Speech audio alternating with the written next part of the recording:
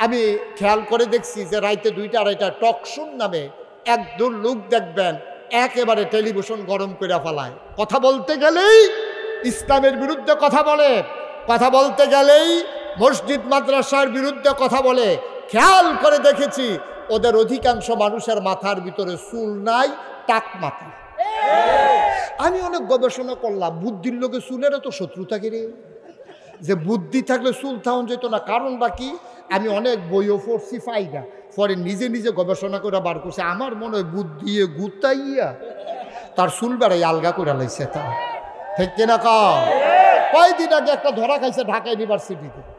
ঢাকা ইউনিভার্সিটির এক প্রফেসর, আপনি চারটিখানি কথা মনে করেন না, ঢাকা ইউনিভার্সিটিতে চান্স পাওয়া। আমি জানি না আইরল গ্রাম থেকে কয়টা ছেলে ঢাকা ইউনিভার্সিটিতে পড়ে। সো টাফ, এটা মারাত্মক বিষয়। ঢাকা ইউনিভার্সিটি প্রাচ্যের অক্সফোর্ড, ঢাকা ইউনিভার্সিটিতে চান্স পাওয়া এটা বিশাল বিষয়। ঢাকা ইউনিভার্সিটি টিচার প্রফেসর, এটা চারটিখানি কথা মনে করেন না। এটা এমন না যে আপনি অটো চালাইন না বেড়ায়, রিক্সা চালাইন না বেড়ায়, এরকম না। এটা ব্যাটারি দিয়াতে রিক্সা চালায় না। সাংঘাতিক বুদ্ধিমান মানুষ, ঠান্ডা মাথায় পরিকল্পিতভাবে একটা কথা বলেছে। মানুষটা কি বলেছে শুনলে আপনি আশ্চর্যান্বিত হয়ে যাবেন। লোকটা কয়, যারা পর্দা করে, খুব খেয়াল করেন, যারা পর্দা করে, বুরকা পরে, নেকাব লাগায়, হিজাব পরে, এইসব মেয়েরা ঢাকা ইউনিভার্সিটিতে পড়ার দরকার নাই। পর্দাশীল মেয়েরা ঢাকা ইউনিভার্সিটিতে পড়ার দরকার নেই। এখন আমার মেয়ে যদি ঢাকা ইউনিভার্সিটিতে চান্স পায়, তাইলে বুরকা পড়ার কারণে আমার মেয়ে ঢাকা ইউনিভার্সিটিতে পড়তে পারবে না, এটা কি আপনারা মানেন? আপনার বোন ঢাকা ইউনিভার্সিটিতে পর্দা করার কারণে পড়তে পারবে না, এটা কি আপনি মানেন? কিন্তু সে তো বলছে শতকরা 92 জন লোক এই দেশে মুসলমান। এই দেশে শতকরা 92 জন লোক মুসলমান। এই দেশে মসজিদ মাদ্রাসার দেশ, এই দেশ বক্তব্যের দেশ, এই দেশে হক্কানি পীর মাশায়েখেরা নেংটির বদলে মানুষকে লুঙ্গি পরা শিখিয়েছে, হরে রামের জায়গায় কলমা পড়তে শিখিয়েছে, শ্রীর জায়গায় মোহাম্মদ লিখতে শিখিয়েছে, টিকির বদলে টুপি পড়তে শিখিয়েছে। যেই দেশে আসার নামাজ পড়ে দুরুদ পড়তে পড়তে মানুষ ঘুমুতে যায়, যেই দেশে ফজরের আজান শুনলে মানুষের ঘুম ভাঙ্গে, শতকরা 92 জন লোক মুসলমানের দেশে, যারা ওই বাংলার বাদশাহের রাজধানীতে শীততাপ নিয়ন্ত্রিত কক্ষে বসে পুলিশ পাহারায় ইসলামের বিরুদ্ধে কথা বলে। আমি বলেছি ঢাকা রাজধানীতে বসে ইসলামের বিরুদ্ধে কথা বলা সহজ, পাল্লাই রোলের জমিন এসে বলো, পিঠের চামড়া নিয়ে ঢাকা যাওয়া যাবে না।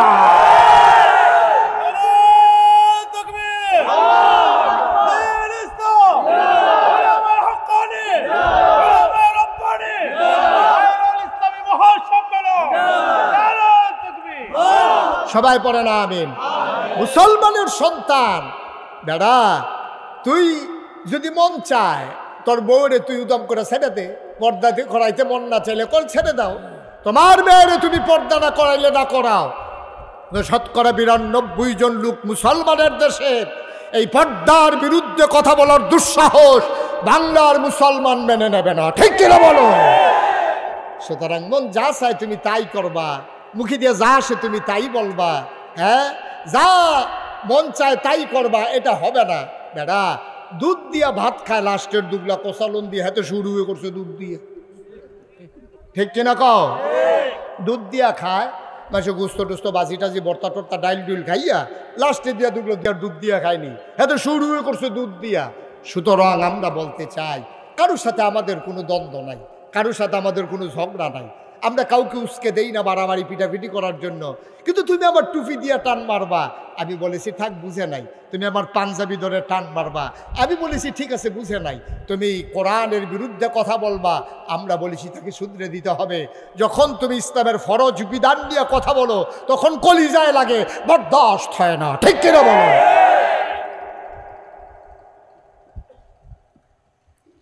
মুসলমান মন দিয়ে শোনো, মানুষ হয়ে গেল 2 ভাগ, একদল হলো শয়তানওয়ালা, আরেক দল হয়ে গেল আল্লাহওয়ালা।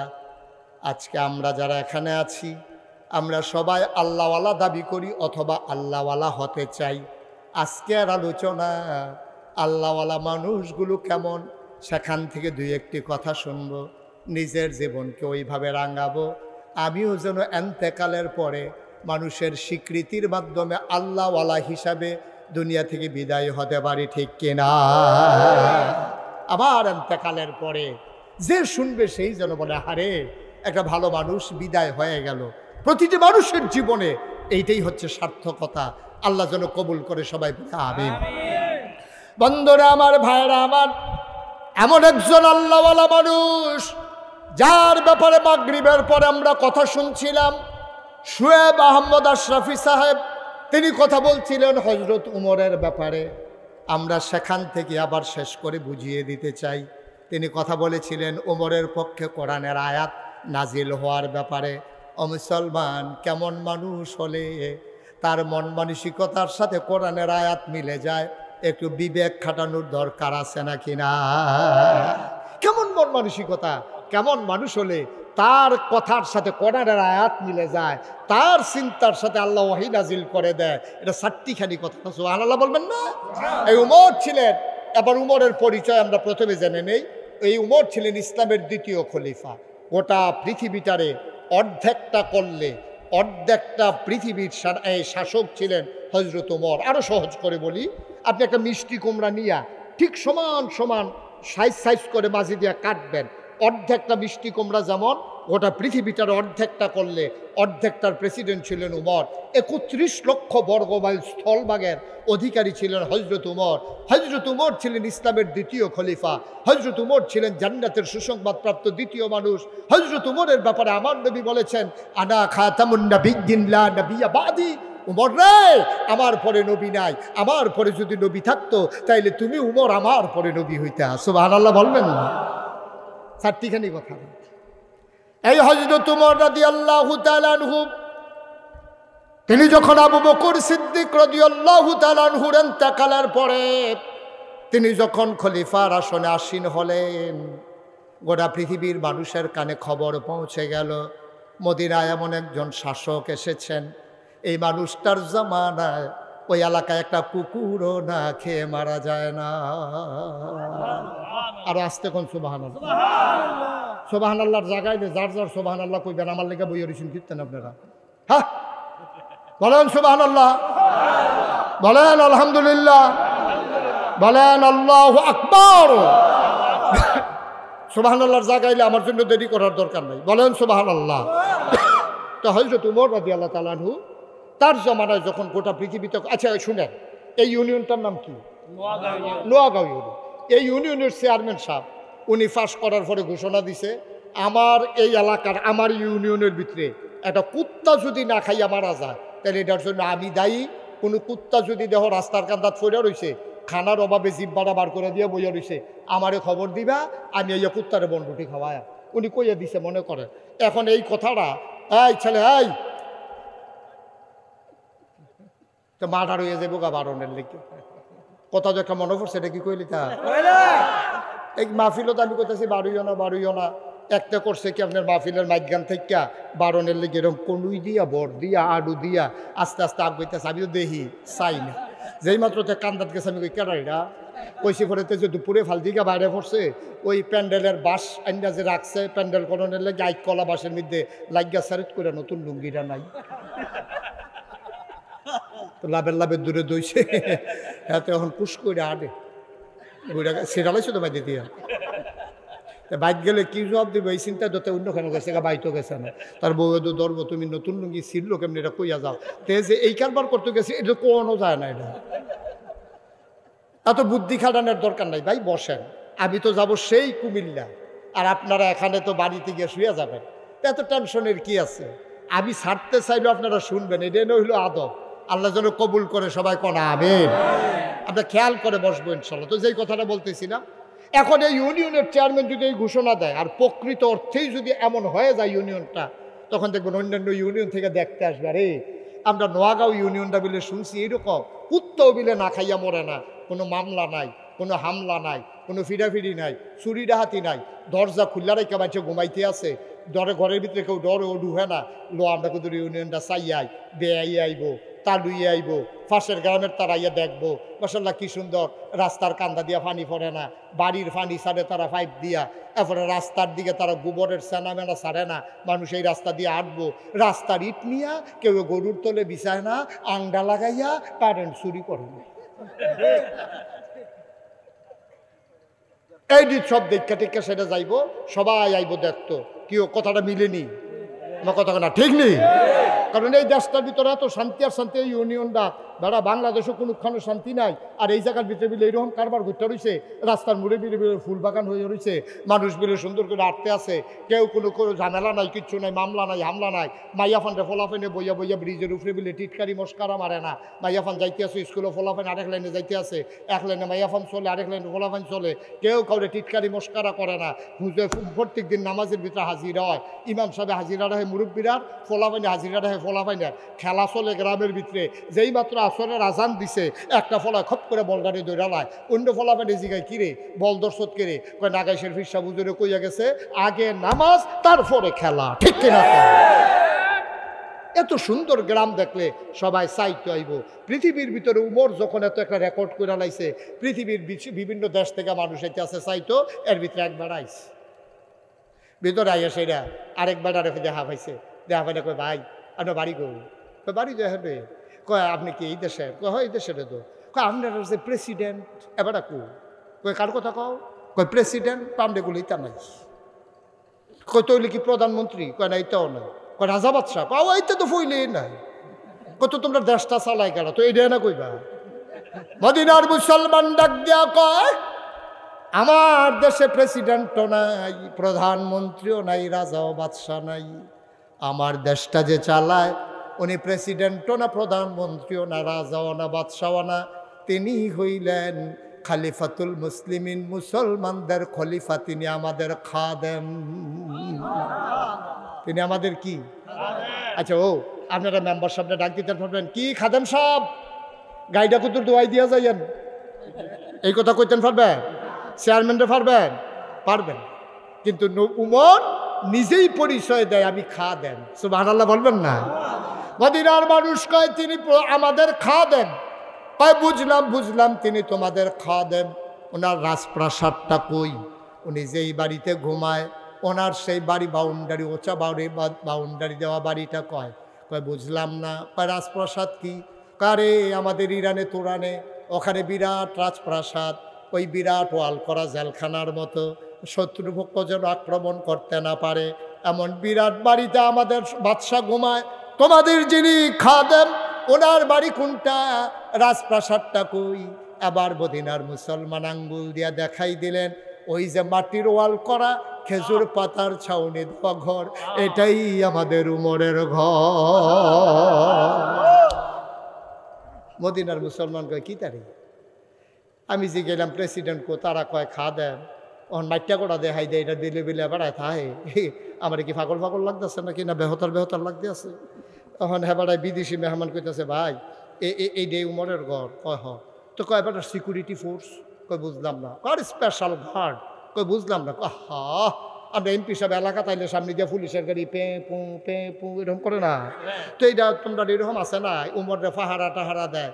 আবার মদিনার মুসলমান খেই পা গেছে, কয় বেটা মুখে দিয়া যাই তাই কয়, এতক্ষণ কিচ্ছু কই নাই, উমরকে পাহারা দেবে, এই কলজাওয়ালা বেড়া মদিনায় কে আছে, বরঞ্চ উমর মাঝ রাতে উঠে চাবুক নিয়ে ঘুরে ঘুরে পাহারা দেয়, কে খায় না, কে ঘুমায় না, সুবহানাল্লাহ বলবেন।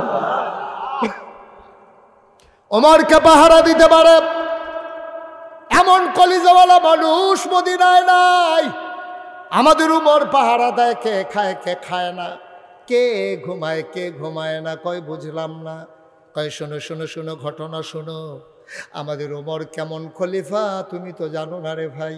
একদিনের কথা শুনো, মা এশারের নামাজ পড়ে সামান্য একটু ঘুমিয়ে সবাই যখন অঘুর ঘুমে অচেতন, আমাদের খলিফা ওমর তিনি বের হয়ে গেলেন, তিনি একটা চামড়ার চাবুক নিয়ে তিনি বের হয়ে গেলেন অজপাড়াগায় নিবৃত পল্লীতে, বর্ডার বেল্টে, তিনি সীমান্ত এলাকায় চলে গেলেন।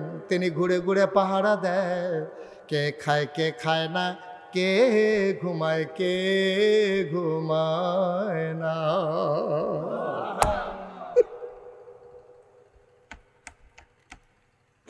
পাখিগুলো আপন নিরে ঘুমিয়ে পড়েছে, গরুগুলো গোয়াল ঘরে, দাওয়ারিশ কুকুরগুলো নিরাপদ আশ্রয়ে ঘুমায়। প্রিয়তম স্বামী প্রিয়তম স্ত্রীকে নিয়ে ঘুমিয়ে পড়েছে। ছোট্ট শিশু মায়ের বুকে মুখ রেখে ঘুমায়, কেউ জাগনা নাই, ওমরের চোখে ঘুম নাই। ঘুরতে ঘুরতে তিনি চলে গেলেন অজুপাড়া গায়ে, বর্ডার বেল্টে সীমান্ত এলাকায় একাকী ঘুরে। মৃদু মন্দ বাতাস, ফকফকা জ্যোৎস্না। তিনি ঘুরতেছেন আর তালাশ করতেছেন কোনো মানুষের কোনো বিপদ আছে নাকি। ঘুরতে ঘুরতে তিনি চলে গেলেন কিছু দূর। হঠাৎ করে তাকিয়ে দেখলেন একটা কেমন যেন মিটি মিটি আলু জ্বলতেছে। আর তাকায়া দেখে ওই ঘরের ভেতর থেকে কান পেতে শুনে যেন কান্নার আওয়াজ শোনা যায়। হযরত ওমর পৌর মানুষ, তিনি দিলেন দৌড়, দৌড়ে দৌড়ে তাঁবুর কিনারে গেলেন। তাকায়া দেখে তাঁবুটা মাঝে মাঝে ছিদ্র ছেঁড়া, ভেতরে মিটি মিটি আলো জ্বলে।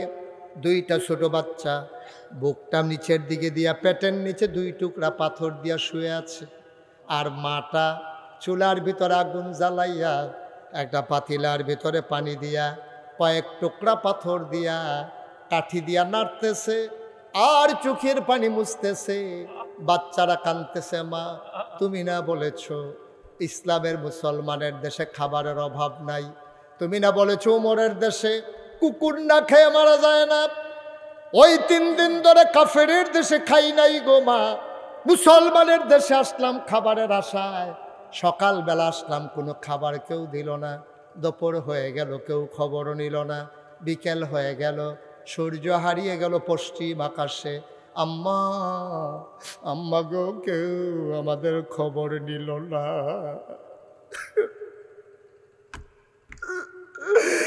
রাত পার হয়ে যায়, কই তোমার উমর, কই তোমার ইসলাম, কই তোমার মুসলমান, কেউ তো খবর নিল না গো আম্মা।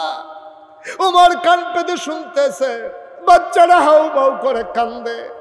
আর মহিলাটা আঁচল দিয়ে চোখের পানি মুছে আর পানির ভিতরে পাথর দিয়া কাঠি দিয়া নাড়তেছে। বাচ্চাদেরকে মিথ্যা সান্ত্বনা দেয়, ও বাবারা ঘুমিয়ে পড়ো, তোমাদের জন্য খাবার রান্না করতেছি, কিছুক্ষণের ভিতরে খাবার হয়ে যাবে, তাইলে আমি তোমাদেরকে ডেকে নেব, এখন ঘুমিয়ে পড়ো। মায়ের চিন্তা হলো বাচ্চারা যদি ঘুমিয়ে যায় খাবারের জন্য আর বিরক্ত করবে না।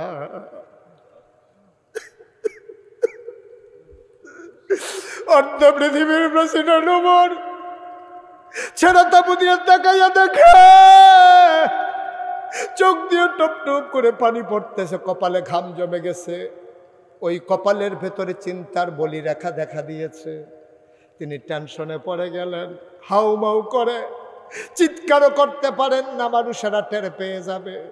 তিনি হঠাৎ চিন্তায় পড়ে গেলেন, কিয়ামতের ময়দানে আল্লাহ যদি আমার ডাক দেয় আমি কি জবাব দেব।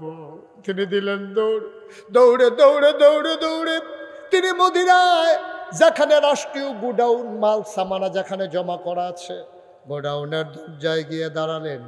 দাঁড়িয়ে তিনি আস্তে করে দারোয়ানকে ডাক দিলেন, দরজায় নক করলেন।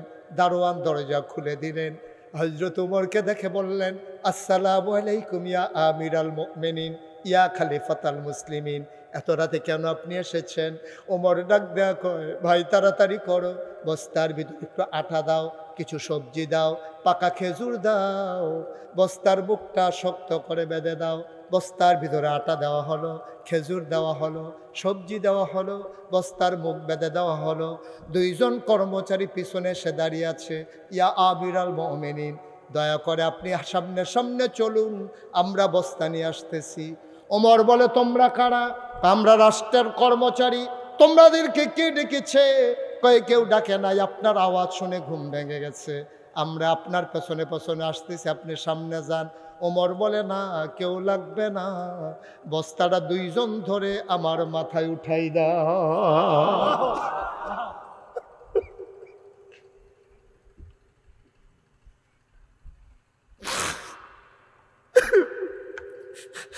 বস্তাটা মাথায় উঠাই দাও।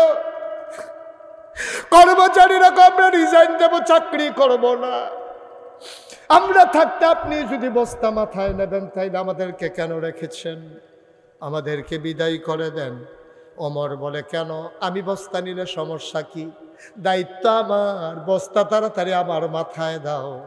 যুবকেরা বলে, কর্মচারীরা বলে, না, আপনি সামনে সামনে যান, আমরা বস্তা নিয়ে আসতেছি। ও আইরলের মুসলমান, মুশতাক ফয়েজি কোনোদিন তোমাদের কাছে আসে নাই, আর কোনোদিন আসবো কিনা জানি না।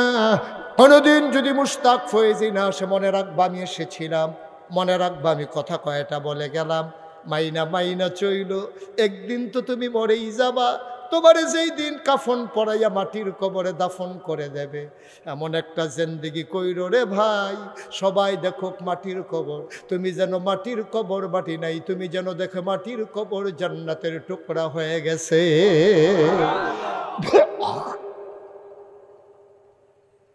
এমন একটা জিন্দেগি আমরা চাই নাকি চাই না? কথা কয় না, চাই নাকি চাই না?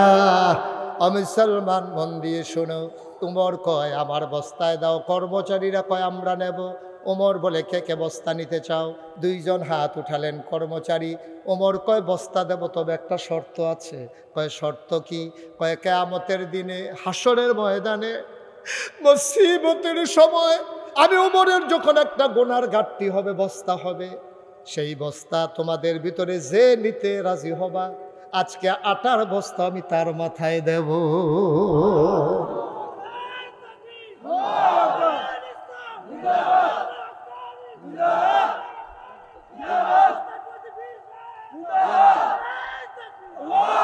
আমি তার মাথায় বস্তা দেব।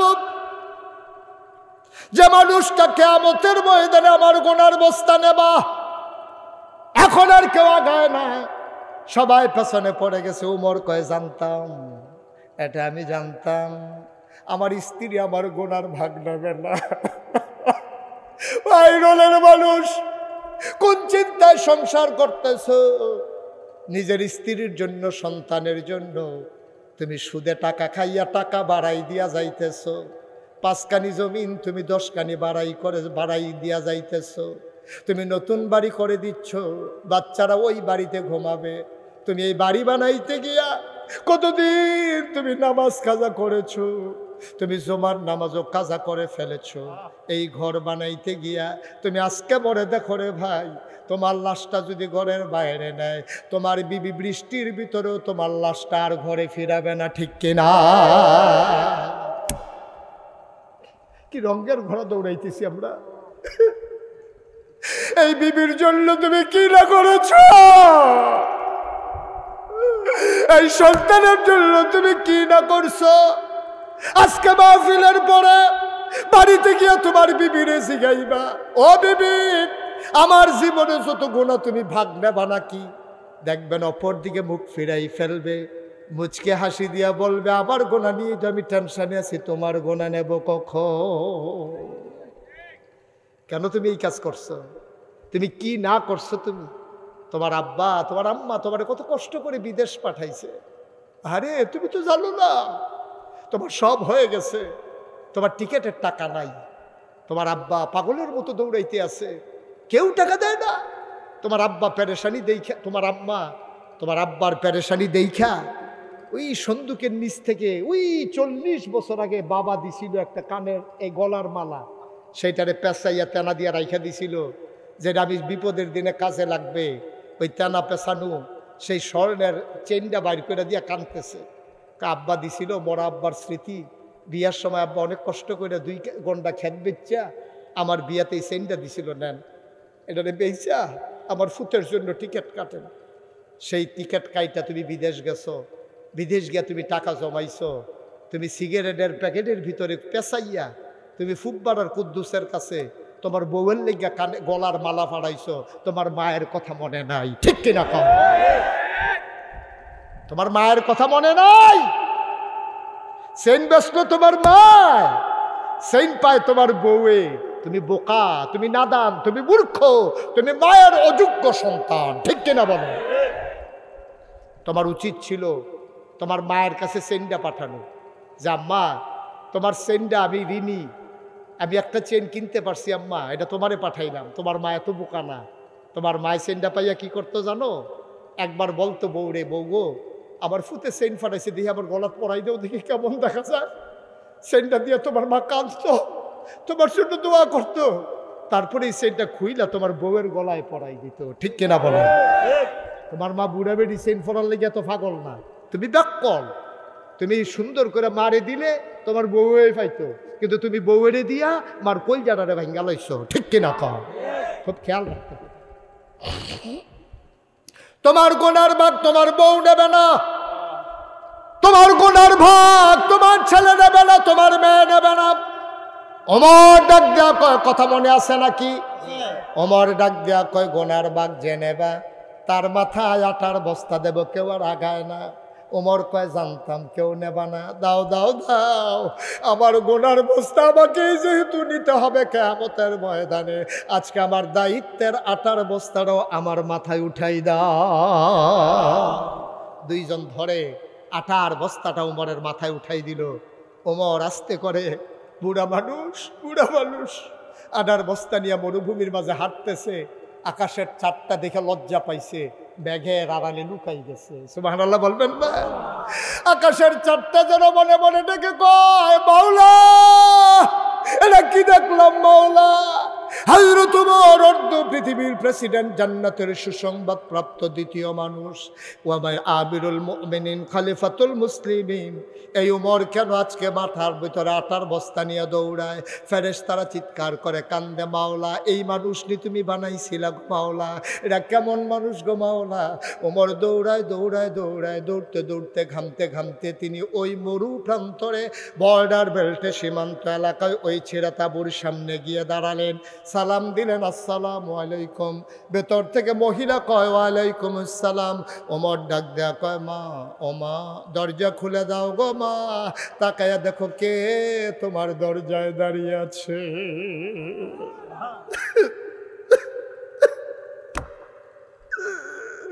মহিলা মনে করেছে রাস্তার কোনো প্রতীক, নিশ্চয়ই সাহায্যের জন্য, খাবারের জন্য এসে দাঁড়িয়েছে। মহিলাটা কয়, বাবা কে আমারে মা ডাকে? আমি মা হওয়ার উপযুক্ত না, আমারে মা ডাইকো না। আমার জন্ম দেওয়া দুইটা সন্তান 3 দিন ধরে আমি খাইতে দিতে পারি না, আমি কিসের মা? কিসের মা? আমারে মা ডাইকো না, আমি মা হওয়ার উপযুক্ত না, পেটে সন্তান ধরেছি, খাবার দিতে পারি না, তুমি অন্য তাঁবুতে যাও, আরেকদিন আইসো, আমি পারলে তোমারে সাহায্য দেব। ওমর ডাক দেয়া কয়, মা ও মা, তুমি আমারে চিনো নাই গো মা, আমার কোনো সাহায্য লাগবে না, দয়া করে দরজাটা খুলে দাও। মহিলা দরজা খুলে দিলেন। তাকাইয়া দেখে একটা আধা পাকা আধা কাঁচা দাড়িওয়ালা একটা মানুষ দাঁড়িয়ে আছে, মাথার ভিতরে একটা বস্তা। মহিলা ডাক দেয়া কয়, তুমি কে বাবা? চিনলাম না। কয়, মা আমারই চিনবা না, এই এলাকাতেই আমার বাড়ি, আমি যাচ্ছিলাম তোমার তাঁবুর কেনার থেকে, 3 দিন ধরে তোমার বাচ্চারা খায় না গো মা, এই জন্য চিন্তা করলাম কিছু খাবার দেওয়া দরকার। আমার কাছে সামান্য কিছু আটা ছিল, খেজুর ছিল, সবজি ছিল। মা দরজা খুলে দাও, অনুমতি দাও, ভিতরে আসি। মহিলা ডাক দেয়া কয়, ভিতরে আসো। বলে যে, মা বস্তাটা একটু ধরে নামাও। মহিলারা ধরলেন, বস্তা নামালেন। ওমর ডাক দেয়া কয়, আম্মা তুমি একটা কাজ করো, তাড়াতাড়ি আটা গুলে কয়টা রুটি বানাও, এই ফাঁকে আমি ফু দিয়া নিবে যাওয়া আগুনটা ধরাই দেই। তুমি রুটি বানাও আর আমি ফু দিয়ে একটা আগুন ধরাই।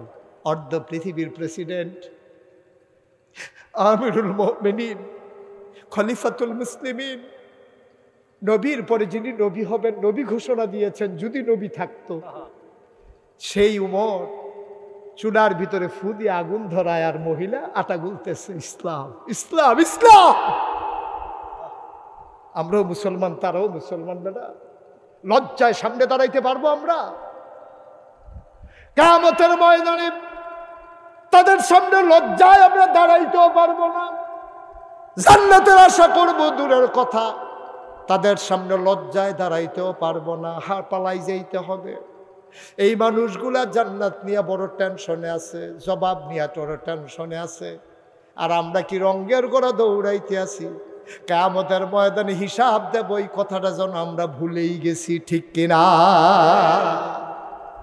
হযরত ওমর তিনি ফুদি আগুন ধরাইতেছে, অর্ধ পৃথিবীর প্রেসিডেন্ট, আর মহিলাটা আটা গুলতেছে। আটা গোলা হলো, রুটি বানানো হলো। ওমর ফু দিয়ে নিভে যাওয়া আগুন ধরালেন। তিনি বললেন, আম্মা আমার কাছে রুটি গুলে গুলে রুটি বানিয়ে আমার হাতে দাও, আমি তার ভিতরে খোলার ভিতরে সেঁকতেছি। মহিলা রুটি বানাই দেয়, ওমর খোলার ভিতরে দিয়া 2টা রুটি সেঁকলেন। আবার ওমর ডাক দেখো, আম্মা আম্মা গো, আমার ভাইয়ারা খায় নাই গো আম্মা, 3 দিন হয় ভাইয়ারা খায় নাই, কানতে কানতে দুর্বল শরীরটা নিয়ে ঘুমাই গেছে, তুমি যদি অনুমতি দাও আমি ডেকে উঠাই গো আম্মা। মহিলা ডাক দিয়া বলে, বাবা উঠাও। এবার ওমর 2টা ছেলেকে ডাকলেন, ভাই উঠো। বাচ্চাগুলো উঠলো। ওমর রুটি ছিঁড়ে টুকরা করে খেজুরের বিচিটা ফেলে ভেতরে খেজুর দিয়া বাচ্চাদের মুখের কাছে একটা লোকমা নেয়। ওমর কয়, খোদার কসম, আমি জীবনে অনেক ক্ষুধার্ত মানুষ দেখেছি, খাবার নিয়ে কারাকারি করতে দেখেছি, আমি এমন কারাকারি কাউকে করতে দেখি নাই। আমি লোকমা নেই, একটা মুখ চলে আসে 2টা। আমি একটা লোকমা নেই, 2টা মুখ চলে আসে আমার কাছে। আমি একটা মুখ ধাক্কা দিই, আরেক মুখে লুকমা দেই, আবার এই মুখ ধাক্কা দিয়ে ওই মুখে লুকমা দেই। বাচ্চাগুলা খাবার খেলো, পেট ভরে গেল, পানি খেলো, ওরা আবার শুয়ে পড়ল। আমি বললাম, মা গো, আর বাচ্চারা কানবে না, এবার আমি তোমার রুটি দেই, তুমি খাও। মহিলাটা কয়, না বাবা, আমার রুটি লাগবে না। পরের দিন সকালবেলা বাচ্চাগুলো আবার কানবে, আমি রুটি দেবো কোত্থেকে, আমি খাইতে পারবো না। ওমর বলে, মা একটা রুটি তুমি খাও। মহিলা গলায় নিলেন, চিবুলেন, ঢুক গিলতে পারেন না, গাল বেয়ে বেয়ে টপ টপ করে পানি পড়ে। মহিলা বারবার উমরের দিকে তাকায়, তাকায়া দেখে বুড়া মানুষটার চোখ বেয়ে বেয়ে, দাড়ি বেয়ে বেয়ে পানি পড়ে, পাঞ্জাবির সামনের অংশ ভিজে গেছে।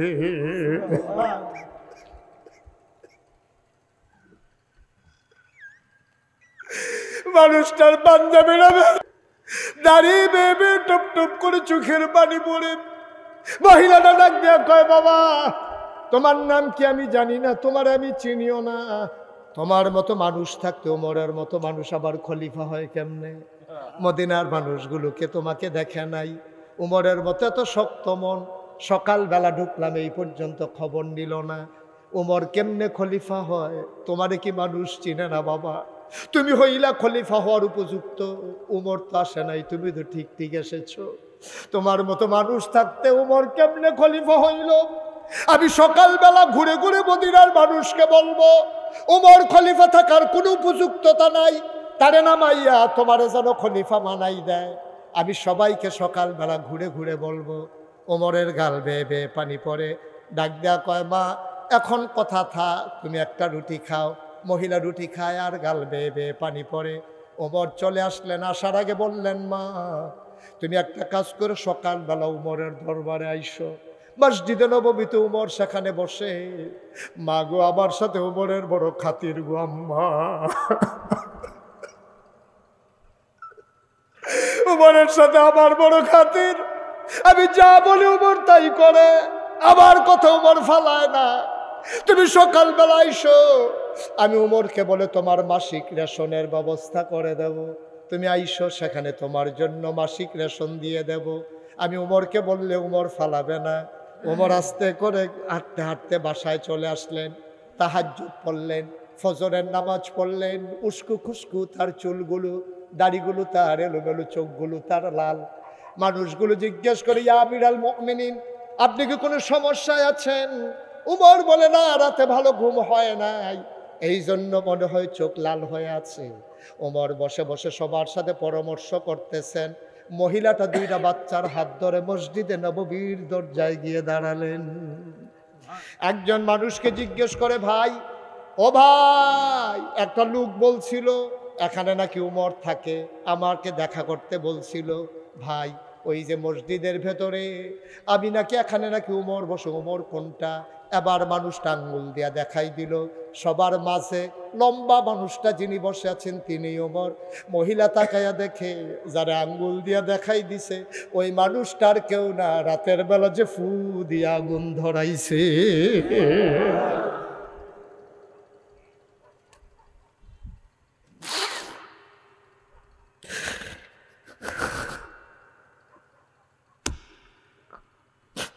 মহিলারা ভয় পেয়ে গেলেন। তিনি মনে করলেন এই মানুষটা নিশ্চয়ই আমাকে ছাড়বে না। আমি শুনে শুনে তারা গালিগালাজ করছি, আমি তার কত সত্য কথা বলছি, এই মানুষটা আমারে ছাড়বে না রে। মহিলাটা দুইটা বাচ্চারে ধরে দিলেন দৌড়। ওমরের নজর পড়ে গেছে। ওমর সবাইকে বসায়া চামড়ার চাবুকটা হাতে নিয়ে দিলেন দৌড়। সামনে এসে দাঁড়ালেন, ডাক ডাক আম্মা, ও আম্মা তুমি দৌড়ে কই যাও? মহিলারা কয় বাবা আমি তোমারে অনেক শক্ত কথা বলেছি, আমি বুঝি নাই তুমি যে উমর, তুমি যদি পিটাইতে মন চায়, মহিলাটা কয় আমারে যদি শাস্তি দিতে মন চায় দাও, আমারে জেলখানায় দিও না, আমার বাচ্চাগুলার কেউ নাই, আমারে যদি জেলখানায় দাও, আমার বাচ্চাগুলা মা মা বলে কাঁদতে কাঁদতে মরে যাবে, বাবা আমারে মাফ করে দাও, আমি রাতের বেলা তোমারে চিনতে পারি নাই। উমরের গাল বেয়ে পানি পড়ে।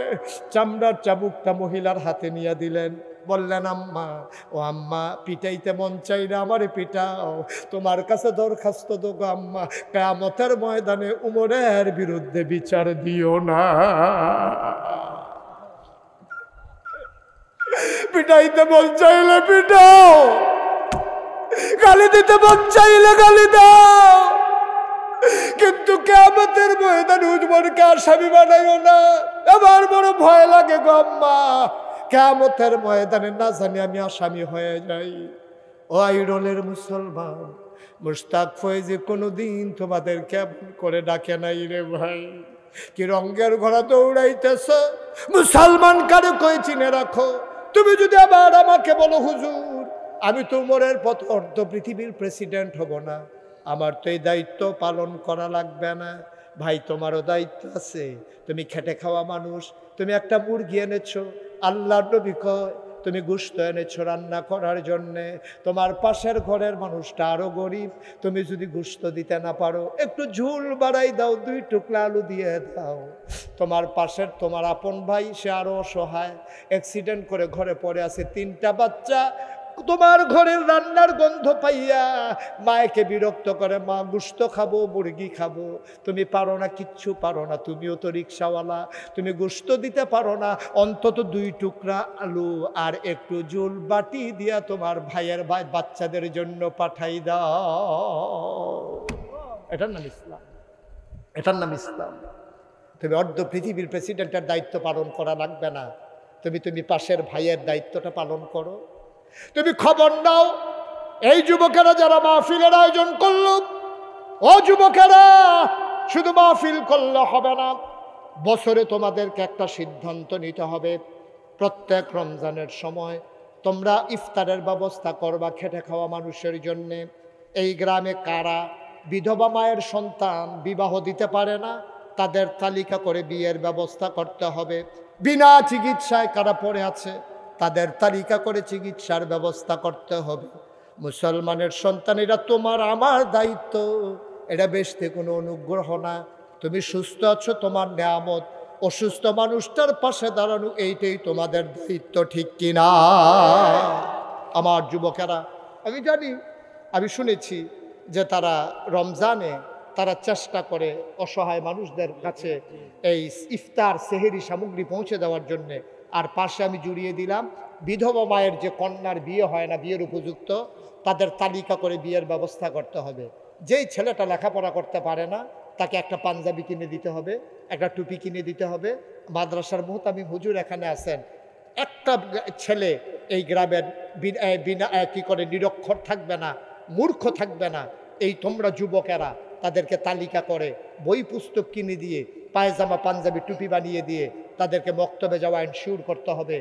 মক্তবের শিক্ষকের দায়িত্ব উনি পালন করবে। এই রকম ছাত্র নিতে পারলে টাকা লাগবে না ইনশাআল্লাহ। হুজুর রাজি আছেন তো নাকি? ইনশাআল্লাহ টাকা লাগবে না। তাইলে আমার ছেলেরা, ছোট্ট ছেলেরা শিক্ষা পাবে। আমার বোনেরা যাদের বিয়ে হয় না, বিয়ের ব্যবস্থা করতে হবে। আমার অসহায় বাবারা, মায়েরা যাদের চিকিৎসা হয় না, তাদের চিকিৎসা করতে হবে। তাহলে আমরাও এক একজন উমরের মতো ভূমিকা নিয়ে আমরাও কিয়ামতের ময়দানে দাঁড়াতে পারবো ইনশাআল্লাহ। ঠিক কিনা বলেন? পারবো না এটা? আমরা পারবো না?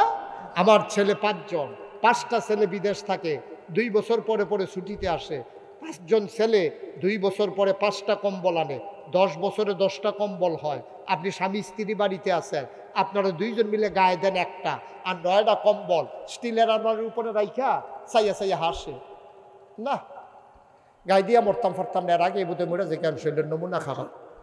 তুমি 9 পাঞ্জাবি 9 কম্বল গাও দিয়া মরণের নিয়ত করো।